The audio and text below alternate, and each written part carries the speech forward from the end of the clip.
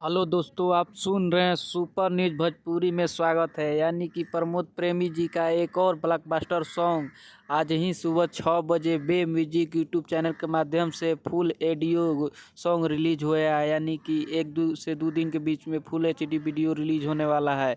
यानी कि सॉन्ग का नाम है रे ननदी। प्रमोद प्रेमी जी गाए हैं इस सॉन्ग को और आर्या शर्मा जी म्यूजिक दिए हैं। और आर्या शर्मा जी का आज बर्थडे भी है, यानी कि बर्थडे है। और सॉन्ग को लिखे हैं सागर परदेसी जी, संगीत से सजाए हैं आर्या शर्मा जी। और ये बे म्यूजिक यूट्यूब चैनल के माध्यम से आज ही सुबह 6 बजे रिलीज हुआ है। सॉन्ग का नाम है रे ननदी। क्या ब्लॉकबस्टर सॉन्ग होने वाला है, रिलीज हो गया है फुल ऑडियो। आप सबके बीच में बहुत जल्द वीडियो इस सॉन्ग को रिलीज किया जाएगा। यानी कि प्रमोद प्रेमी जी का बहुत ही ब्लॉकबस्टर सॉन्ग है। ये बहुत ही ब्लॉकबस्टर सॉन्ग होने वाला है। आप लोग इस सॉन्ग को खूब सारा प्यार आशीर्वाद दीजिए और साथ में नहीं हुए तो चैनल को सब्सक्राइब कर